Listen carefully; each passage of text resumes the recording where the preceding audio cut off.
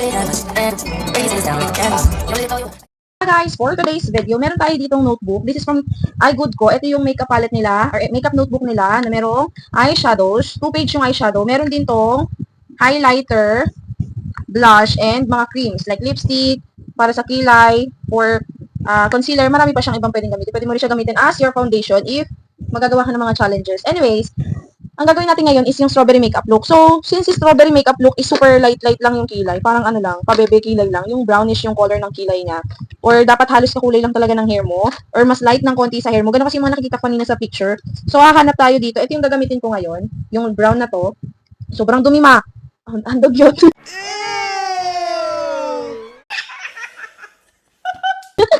Sobra sa kadugyutan. Anyways, ayan, nag-try ako kanina ng brown na Bia, pero hindi siya, parang nag-itim siya lalo. So, eto na lang gagamitin natin yung brown. First, naglagay na ako ng moisturizer. Naka-sunscreen kasi ako ngayon diet, kaya hindi na ako, nag-skin prep kasi ako kanina, and umalis lang naman kami sandali. So, nag-ano lang kami, may pinuntahan lang kami sandali. So, ngayon, ang gagawin natin, kukuha tayo nito. Tapos, dye. Kailangan dito sa strawberry makeup look, i-achieve natin yung dewy. Yeah. Wait nga, dye, nahihirapan ako, dye. Kukunin na natin yung makasaysayan natin sa lamin. Really, girl? Anyways, dito tayo titingin kasi nahihirapan ako eh. Sobrang linaw ng mata ko eh. Na para bang ayaw na niyang magpakita eh. Parang hindi talaga nagla-light yung kulay ng kilay ko. Hindi siya nakakatuwa. Hindi ako natutuwa sa'yo ha. I mean, who cares? So ayan, kilayan mo lang yung sarili mo. Tapos dapat light lang talaga yung color ha, hindi dark yung pagkakilay mo. Ayan, halos medyo magkaano naman na sila. So hayaan mo lang kung makalat yung kilay mo katulad ng nangyayari sa akin. Hayaan mo lang kung medyo makalat siya. Okay lang yan kasi malilinis ko pa naman yan mamaya. So, kailangan dito, light lang. Then, gagawa tayo mamaya ng freckles. And dapat dewy. May pagka-shiny. Parang natural lang yung kutis natin. Dapat hindi siya yung OA sa foundation. And hindi dapat siya matte. Dapat parang dewy-dewy yung balat natin. Alam niyo ba sino nagpa-uso ng makeup na to? Parang sumikat yung makeup na to dahil kay Hailey Bieber. So, anyways, pag mukha ka ng ganyan, okay na yung kilay na yan. Brown na. Dito na lang din ako kukuha. Ito yung gagamitin ko. Ito, tsaka itong gitna. Yung dark and yung light. Yung lightest shade or yung pinaka, kumbaga nasa medium color, or medium shade, dito ko siya ilalagay sa ilalim. Dapat kasi dito sa ilalim, light. Light yung pinang-cover nyo dyan, or pinang-conceal, pinang-lilinis nyo dyan. Para maganda yung, ng kilay nyo. Wait nga, yung kilay ko, nalalagyan ko ng na-OA-in ko sa pagkalinis. Sobrang linis, kala mo alang kadumihan. Uh-oh. Hindi talaga siya pantay. What happened, Bella? What happened, Bella? Is it vampire? Vampire, right? Parang baliw! Ayan, kukuha naman tayong darker shade. Itong darker shade, dito ko naman siya ilalagay sa taas. Ayan, nakita niyo ba? Parang halos kakulay lang siya ng balat ko. Ayan, ilalagay ko dito sa part na to. Ayan. Kita niya? Kita niyo? Ganyan. Parang kasi yung strawberry makeup look, dahil parang natural makeup look lang siya. Pero, in a way na sobrang fresh. Higits niyo ba ako? I don't get it. Ka ng sponge mo, sponge na hindi ko pa nalalabad, na dapat lalaban ko na ito nung nakaraan. Pero kasi, ginamit ko siya kahapon kasi umalis kami, sumama ako sa trabaho ng asawa ko. Kasi may pa-birthday. Pa-birthday yung inaanak namin. May birthday siya. Ay, birthday niya. So, ayun nga, sumama nga kami kahapon, kaya hindi ko siya nalabhan. Dapat lalaban ko siya kahapon, kasi naalala ko, aalis nga pala kami. Hindi ko na lang siya nilabhan. Oh, yeah. Yan, kapag perfect na yung kilay mo, kapag kontento ka na sa kilay mo, kontento ka na sa buhay mo, huwag ka nang... Huwag naman tayo ng ating foundation. Pero dapat yung foundation natin is natural lang. So, since natural lang naman yung foundation na gagamitin natin, ito yung gagamitin ko. This is from Ashley Shine Cosmetics. Ito yung BB cream nila na may tone up effect. And concealer moist na rin siya. Maganda din naman to si Ashley Shine, lalo na sa mga beginners. Paulit-ulit kong sasabihin. Dahil ganito yung kulay niya, no? Dark lang ang color niya, di ba? So, yan ang gagamitin nga ko ngayon. Kasi dapat, parang kakulay lang talaga ng balat. Hindi na ako mag-setting spray. O, diretso ko na siya. Medyo maputi pa nga to sa face ko eh. Pag habang tumatagal. Kasi nagkakaroon siya nga ng tone up effect. Pero ewan ko lang ngayon. Kasi hindi na ako masyadong negra. So, ayan, ganyan. Hindi rin tayo maglalagay ngayon ng concealer. Tayo maglalagay ng concealer ngayon. Kasi hindi naman kailangan dun na wala kang eye bags. Kailangan mo kung natural lang yung makeup mo. Hindi siya super matte, hindi rin siya super dewy. So, gagawin natin ang paraan yan since kailangan nga natin i-dewy makeup look. Anyways, ang gagamitin ko ngayon na contour is itong from Ukanbe. From Ukanbe to dye. Ito yung Spring Sky nila. Yung 3 set na siya. Meron na siyang highlighter. And meron na rin siyang blush. Ayan. Meron na siyang ganyan. So, mamaya gagamitin natin yan. Kukontour tayo since kailangan natin medyo i-shape ang ating face or bawasan yung face natin. Bawasan? Yeah. Mga baboy, kailangan tapyasan. Alam mo namang mataba ka, pero hindi para tapyasan pa yung mukha mo. Kailangan natin magkaroon ng hugis yung face natin. Talaga, ikukontrol lang natin, hindi para tapyasan dahil. Para kasi gusto mong tapyasan. Alam mo, sa totoo lang, mas gusto ko na mataba ako kaysa kung payat ako. Kasi kapag payat ako, mukha akong ano, akong adik. Kung bungo. Kasi sobrang lubog ng pisngi ko. Kahit mataba ako itong part na to, medyo lubog siya. Lalo na sa personal. Kaya, dahil hindi para maganyan-ganyan ka. Ang dami talaga nagsasabi sa akin, ang taba-taba mo na, magpapayat ka na, ganyan. So dahil natatakot talaga ako pumayat ngayon, lalo na nasa ilang taon na ako. So parang, pag pumayat ako, lalaylay na yung balat ko. And ayun yung pinaka-ayoko. Di baling mataba ako kaysa sagi yung balat ko. Kasi yan, nakalaylay ganyan, ayoko nung dye. Hindi na para maging laylay yung balat mo. Kasi kapag, feeling ko kapag sobrang taba na, yung maximum na ng, as in, yun na yung pinakamatabang kaya ng katawan mo. Ako kasi, ito na yung pinakamataba ko. Ito na yun, wala nang idadagdag to. Last na to. Ito na yung pinakamataba ko. Kapag napayat ako ng konti or nababawasan yung timbang ko, parang lumalawlaw yung ganto ko. Gumaganyan siya. So, ayoko noon kasi ang pangit niyang tignan, nakakatanda siya tignan. So, parang hindi siya bagay sa akin. Siguro pwede yun, magpapapayat ako, tapos kailangan, talaga, yung exercise ko is continuous talaga. Hindi pwede yung, hindi pwede yung, ano lang, kailangan, mo. Yung kapag nadagdagan na ng kulay ang face mo, gumamit ka naman ngayon ng iyong tawag dito, blush on. Ito pa rin naman yung gamit ko yung bigay ng hipag ko. Ito yung Ultra Beauty Lip and Cheek Color Stick. And bigay lang daw to sa kanya Then binigay niya sa akin. This is made from Canada. So anyways, nalagay ko yun dito. At kasi pulang-pula yung face natin. Ayan, ganyan. Parang, yung mga nagsasabi pa mag-calorie deficit daw ako kasi maganda daw. Hindi daw yung nakakasagi ng hindi daw yung tawag dito, nakakaano ng balat. Ayan, hindi daw siya nakakasagi or hindi siya tawag dun? Hindi siya nakakalawlaw ng balat, ayun. Kaso kasi hindi ko kaya yun, parang hindi ko kaya yung magka-calorie deficit. Kasi malakas ako kumain. Sobrang lakas ko kumain, guys. Na parang kasing lakas ko na yung mga minsan nga, mas marami pa ako nakakain kaysa sa asawa ko. Pag kumakain kami, mas marami pa ako nakakain kaysa sa kanya talaga. Lalo na pag nag-iinasal kami or samgyup. Nung pag may budget, extra budget, ayan, ay naku naman talaga, guys. Parang ayaw na talaga tumigil ka, kala mo ng person. Hindi ko tayo okay. Tapos dito din, naglagay din ako kasi kailangan din yan. Tapos isi-shape mo lang siya, tapos circle yung U. Yan, para yung baba mo. Tapos, alam nyo ba, yung asawa ko kasi mahilig siya kumain. Matakaw siya. And matakaw din ako, kaya talagang tsaka hindi niya ako pinipigilan, hindi niya ako sinasabihan na kung magpapayat ka na hindi. Ayaw niya nga ako na nagda-diet. Excuse me. Na parang hindi siya sanay na nagda-diet ako kasi nga, malakas talaga ako kumain. So parang hindi siya sanay na ganun ako kumain. Ayan, kapag ganyan na yung face mo, mag-powder ka. Yung powder na gagamitin ko is from 1020. Kasi wala na yung ko. So, from 1020. Kaso medyo kasi matte. May pagka-matte. So, konti lang ilalagay ko dito lang sa part na to. Natural lang ang kulay na to, kaya medyo lang. Hindi siya maputi. Tapos dito lang, isa-set ko lang yung face ko. Tapos di ba malakas nga kami kumain. May times talaga na binabawalan, sinasabihan na kami mag-asawa. Kasi nga, bigla kami tumaba parehas. Ako as a person na hindi naman ako talaga, mataba ako sa pamilya ko. Pero pag sa ibang tao, hindi naman sila natatabaan sa akin. Kasi nga, mga lakalahi ko, mga payat lang talaga. Di payat nga ako, ang daming nagsasabi sa akin na sobrang taba ko na daw, so baka kailangan ko na nga talaga magpapayat. Na lang ako, kasi hindi talaga siya pwede sa akin. Parang hindi siya hindi na ako pwedeng magpapayat. Hindi ako nang pumayat talaga. Okay lang, gusto ko pumayat lang ako ng konti.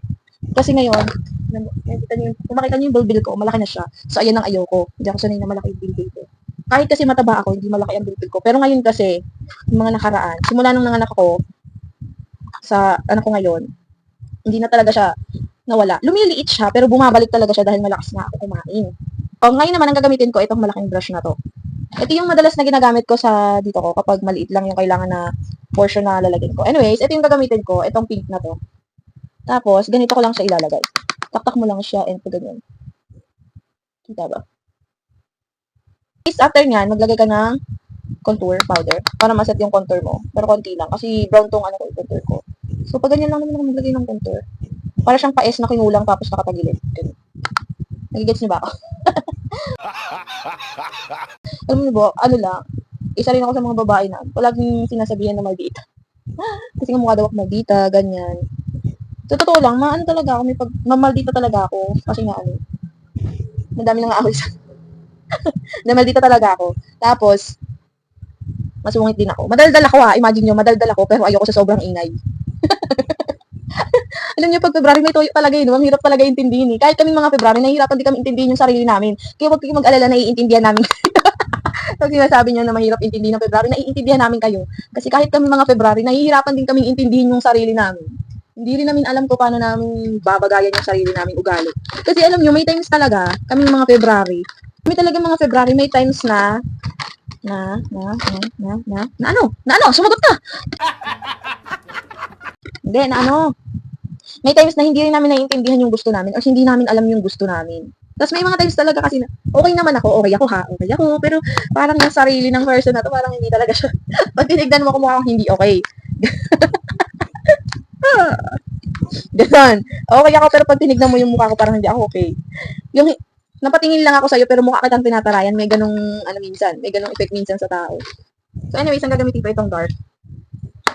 Tak, then pak. Ayan. So, ayun nga. May times talaga, alam niyo ba, minsan pa nga, may dumating pa nga sa point na, ang dami nagagalit sa akin babae kasi akala nila tinatarayan ko sila. Which is hindi naman. Hindi ko sila tinatarayan. Siguro ganun lang talaga ako tumingin. Hindi ko rin minsan sinasadya. Akala siguro nila nagtataray ako sa sobrang ko kasi yung ang hilig ko tumitig sa tao. Or minsan kapag napatingin ako sa'yo, tapos nagandahan ako, parang natutulala ako, napapatitig ako sa'yo, ganon. Yung mga hipag ko nga, minsan kapag nag-uusap sa sila, natatawa ako sa reaction nila kasi ang mahilig ako tumingin sa reaction ng tao. Yun yung pinaka sa akin, mahilig akong titigan sila. In a way na parang minsan ang awkward na. Kaya minsan yung mga hipag ko natatawa sa akin kapag ang hilig ko tumingin sa tao. Tapos may mga kaibigan kasi sila na na nagiging ka-close ko na rin kasi nga, natatawa nga ako sa reaction nila. Tapos sobrang prank ako kasi parang ang hirap, nahihirapan ako makapag-plastikan. Ang hirap makipag-plastikan, nahihirapan ako makipag-plastikan. Kaya, ayun, nahihirapan hindi talaga ako friendly. Hindi ako friendly na tao. Kaya konti lang talaga yung kaibigan ko, as in konti lang. Pero okay lang yun sa akin kasi okay ng konti. Kaysa marami, peke naman, di ba? Meaning nyo yan. Tapos yung best friend ko, ano ba yung best friend ko? Isa yun sa mga basher ko eh. Pero hindi, ganun lang talaga siya mag-talk. Ganun lang niya ako ganun lang siya magsalita sa akin. Pero hindi, love na love ako nun. May ups and downs, alam ng babaeng yun, grabe. Dati nga, sabi ko nga, akala nga ng mga tao sa amin, magjowa kami. Kasi nga, sobrang namin dalawa. As in, super close namin dalawa. Na parang nung college kasi kami, minsan, akala ng mga tao magjowa kami. So, mag-highlighter na ako dyan. Ay, sobra, si OA sa highlighter, oh. Sumobra, mama mia, ginagawa ka, mama. So, ayan, kapag ganyan na yung mukha mo, pag kumikinang ka na sa kagandahan. Okay, so, ayun. Yung best friend ko na yun. Anong college ko siya naging kaklase? 2016, dahil. 2015, nung una kami nagkakilala kasi. 2015, 2016 ako. Sa sa IT, sa amin, sa Don Telemon. And yan, paaral kami ni Mayor. And dahil, sobrang dami namin natutunan doon. Tapos nakakasabog ng utak yung IT. Lalo na yung programming. Pero masaya. Tapos anyways, yung best friend ko na yun, alam mo, ang dami dumating kasi ako sa punto na parang ang dami nanghusga sa akin. Sobrang dami. Yung tipong kahit pamilya ko, nung time na yun, na ako. Kasi nga napariwara nga ako. Hindi naman totaling napariwara na dumating sa napariwara in a way na lumayo na sobra yung love ko sa family ko. As in, talagang lumayas ako sa akin. Pag gagayahin yun ha. Anyway, kuha tayo ng eyeliner. Pero hindi masyadong itim, kasi super light lang. Parang yung brown yung mas maganda. Tapos, ayun. Tapos, edi naglayas nga ako. Alam nyo, yung best friend ko, hindi niya alam kung nasaan ako. Pero may tiwala siya sa akin na okay ako. Kasi, siya lang, kahit yung pamilya ko, hindi ako totally kilalang kilala. In a way na kung gaano ako kilala ng best friend ko na yun. Ay, parang ayun yung kambal ko. Tapos, yung family niya, parang family ko rin. Gets nyo ba? Yung nanay at tatay niya, parang nanay at tatay ko na rin kasi ang tawag ko rin sa kanila, mama and papa. Tapos, yung ate niya, ate ko din. Kasi mga pamangkin niya, feeling ko pamangkin ko rin nung panahon na dalaga pa ako. Tapos talaga pag pumupunta ako sa kanila, feel at home talaga ako. Pilingera ko eh. Pati sa mama niya, tsaka sa papa niya. Yung mama at papa niya nga, ang tawag ko talaga sa kanila, mama tsaka papa. Dinilan ako ng aso. Ang gagay yan. Yung solop. Ano ang shop nila? Saan ba sila nag-ano pa? Sa Camtinyo, meron dong shop ng kapitbahay lang kasi namin. Yung punong-puno dal, oh. Panis. Graham time. O, diba? Paano ka magdadagit kung ganyan yung asawa mo? Ha? Wala ka niyan. Ako lang meron yan. Sarap.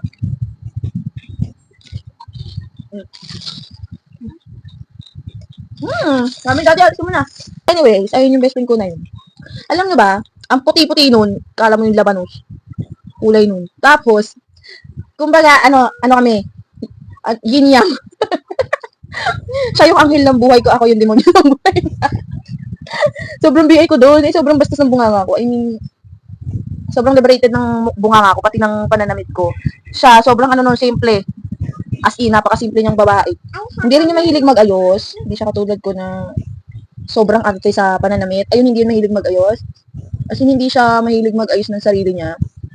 Hindi rin siya mahilig mag-makeup. Pumapasok nga yun sa trabaho niya nang hindi naka-makeup. Hindi ko alam kung nag-lipstick nga yun eh. Malayo kasi kami ngayon sa isa't isa. Nasa Las Piñas siya. Ako nandito ako sa Nueva Ecija. Hindi, parang, alam mo yung LDR? Feel na feel namin dalawa. Tapos merong times na magchat-chat ako sa kanya, tapos hindi niya, nasin man niya, pero hindi niya ako re-replyan kasi alam mo ang reason. Nakalimutan niya akong replyan. Akala niyo na-replyan niya ako, pero hindi. 'Di ba? Sobrang best friend talaga sa lagay na yun. Ganun siya, dahil parang minsan nga nagtatampo ko dun eh. Mapapanood niya to. Talagang na-record ko na panoorin niya yung mga video ko eh. Alam niyo ba, chinachat ko pa yun, sinabihan ko pa yun na, panoorin mo ha, tapos mag-react ka. 'Di ba? Talagang chinat ko siya ng ganun, dahil through ups and downs, kailangan samahan niya ako para yumaman kami parehas. Tsaka hindi, sinusuportahan ako nun sa lahat ng kagagahan ko, lahat ng trip ko sa buhay. Pag may kaaway ako, mas galit pa siya sa kaaway ko kaysa ako na inaway. Ganon. So, mag-ano ka, lip liner ka. Yung lip liner na gagamitin mo, dapat ano, medyo reddish siya ng kote. Yung pang lip liner talaga. So, meron ako dito, pudpud. So, ito na lang gagamitin ko. Hindi siya super brown.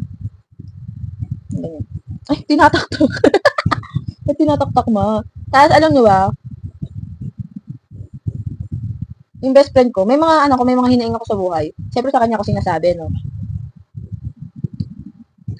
May times na hindi ko sinasabi sa kanya yung hinaing ko sa buhay. Alam niya kung bakit? Kasi kapag sinabi ko sa kanya, mas galit pa siya sa akin. Tapos, hindi niya makakalimutan yung sinabi ko na yon. Ako nakapagpatawad na siya, hindi pa. Di ba? So, parang ikaw, bilang parang ayaw mo na lang din talaga magkwento. Parang minsan ayaw ko na lang din magkwento sa kanya ng hinaing ko, pero hindi ko talaga napipigilan. Kapag okay na lahat, kunyari okay na lahat, wala nang problema. Hindi na ako galit, okay na lahat. Saka ko lang ikukwento sa kanya para okay na siya. Kahit na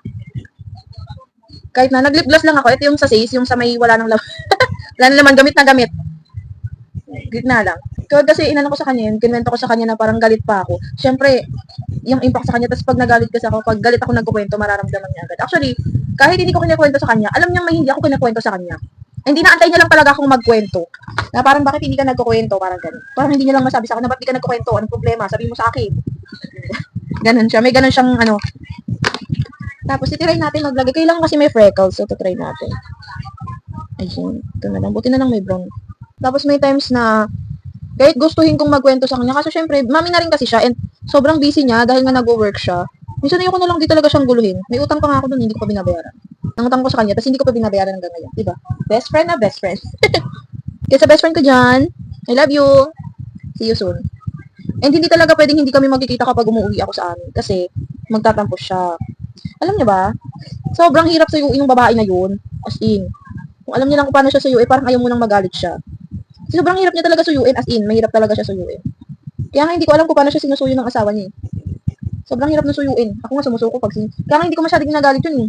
Kasi ayoko talagang ayoko talaga siyang suyuin. Ang hirap niyang suyuin. Kung sa na to, kailangan dito naka ka lang, naka-mascara ka lang. Hindi pwede dito yung makapal na kailangan natural lang yung mo, imamaskara mo lang. Or kung meron kang eyelash na natural, ganun lang. Wala kasi akong eyelash na natural. So, imamaskara ko muna siya, tapos papatuloyin ko, saka ko siya i-curl. Kailangan kasi talaga siya, kitang-kita. Uy, mahaba na ulit yung pilik mata ko. Ayun, nakikita na siya ulit. Kailangan na siya ulit gupitin. Ginugupit ko yung yung pilik mata ko kasi kasi pag nagmamaskara ako, pag mas humahaba na siya dyan, mas mahaba pa siya dyan. Pag humaba pa siya ng konti dyan, kailangan na siya gupitin kasi kapag nagmamaskara ako, tapos kinikurl ko siya, dumidikit siya dito, nakapaganon kasi siya. Kaganon siya. Kasi manipis yung dulo niya, as in super nipis ng dulo niya. Kaya, pag nagmamaskara, parang bumibigat, sumusobra yung curl niya. Kailangan siyang gupitin. And hindi siya, hindi ko talaga trip yung mga maskara. Pag nagmamaskara ako, dumidikit sa pilik mata ko. So, kapag ganyan na yung itsura mo, antayin mo lang yan, dinikicurl mo lang. Then, I'll be right back, okay? Much later. So, here's our final look, mga day. Pa-aura naman tayo dyan.